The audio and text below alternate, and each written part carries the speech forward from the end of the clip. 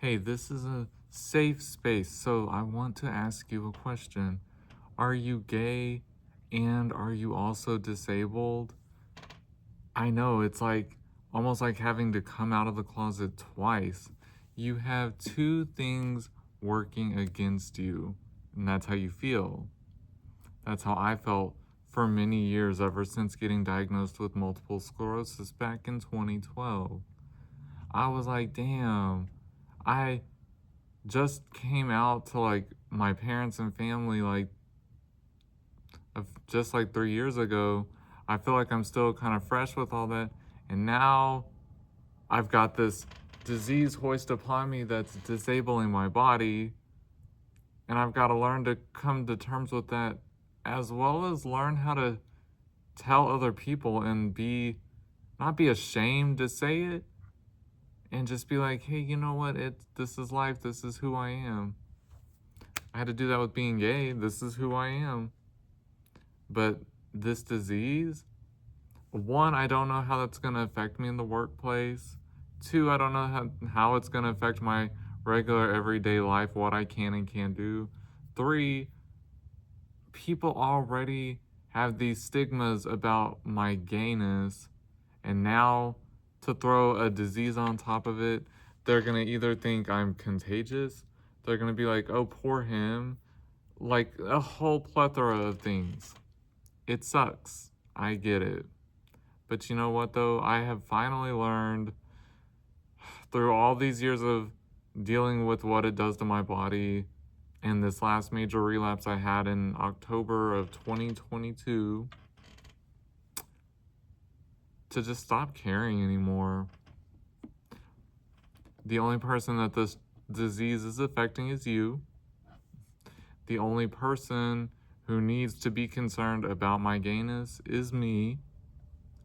I love me. It's taken me almost 38 years on this earth to be able to say that without a shadow of a doubt. I love me. That's all I have to focus on. That's all you need to focus on.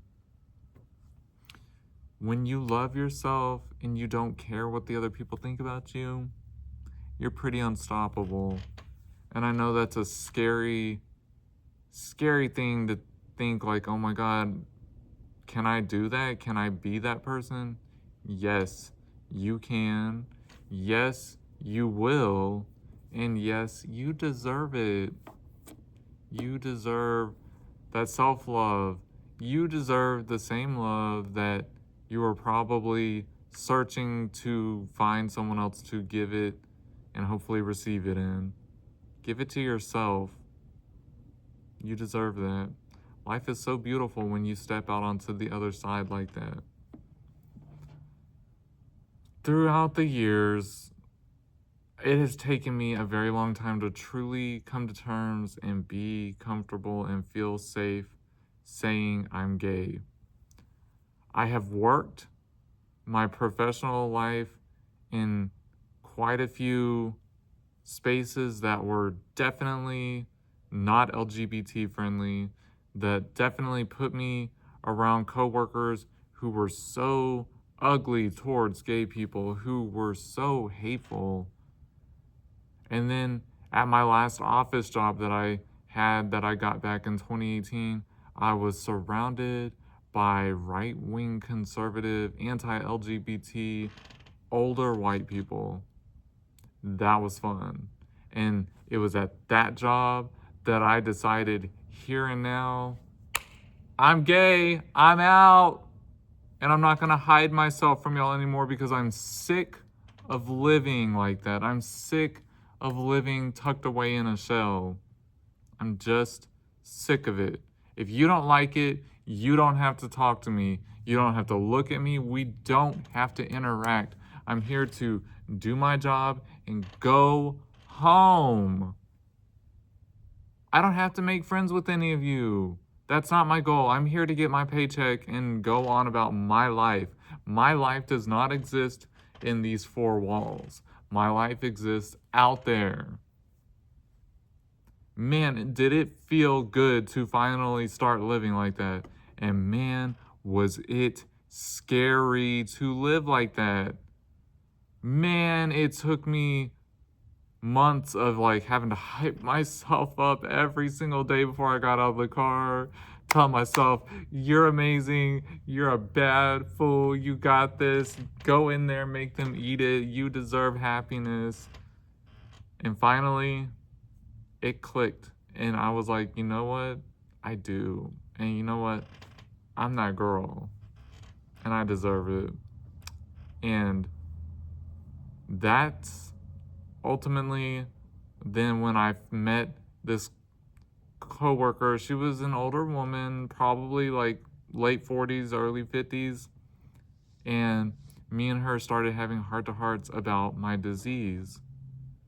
And she told me right there, you inspire me. She's like, I have watched you transform your life these past few months since I've been here. You've lost weight. You look incredible. You're happy. You seem energetic. You inspire me to do better. You inspire me to want to get my health better so that I can enjoy my grandkids and I can stop feeling pain and start living. She was like, you have a story to tell and you need to tell it. You need to quit being afraid of all these people, all this bogus nonsense, and you need to tell your story. She's like, you're gonna help so many people when you finally do. You know how long it took me to respond to that and start telling my story? That was late 2018. It took me till the beginning of 2024 to truly start making YouTube videos. But it took me, honestly, until 2025 to start being authentic and telling my story and to start letting people into my world and to start telling people the things that go on behind my closed front door, letting people see Steven for who he is, letting people see the truth that I go through every single day, that I live with every single day. And to this day, it still scares me a little bit, but I don't let that fear hold me back anymore.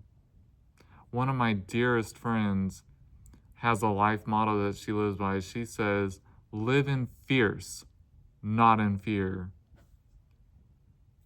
And I tell that to myself every day because I'm not living in fear anymore. I'm not letting that cause me to miss out on blessings, cause me to miss out on happiness, and to make me not make the memories because life is so short and I've lost people to cancer and everything recently. And it's just like, it's more of a punch in the face. Like, life is so short. And I'm not going to waste any more of my time because I want to live. And I've got so many people from the other world, from the other side, in the spirit world, seeing life through my eyeballs now. I don't want to disappoint them. Like my mama, like last year for my birthday when we went to see Stevie Nicks in concert, she loves Stevie Nicks. I love Stevie Nicks. I grew up on her and Fleetwood Mac like because of my mom. My mom never got to see her in concert. My mom was there with me that night though. I felt her next to me. I felt her hugging me. I felt when Stevie performed Edge of 17 and I stood up and I had my little shawl on like Stevie always wears when she's on stage performing, and I was twirling and just dancing. My mom was dancing with me. She was right there. She saw it through my eyes. And I know that she was so thrilled, and she was thrilled not only to see Stevie finally, but to know that her baby boy was seeing Stevie too. It's things like that. Quit being afraid. Maybe having a disease, a disability, whatever you call it, maybe that is kind of like a second closet you have to come out of. But just like with being gay, life is truly better once we accept it and come out of that closet. And it's going to be even better when you accept it and come out of the closet with your disability as well, because you're going to allow people to support you and love you even more. I love you, and I want us all to have a good life. Catch you guys later.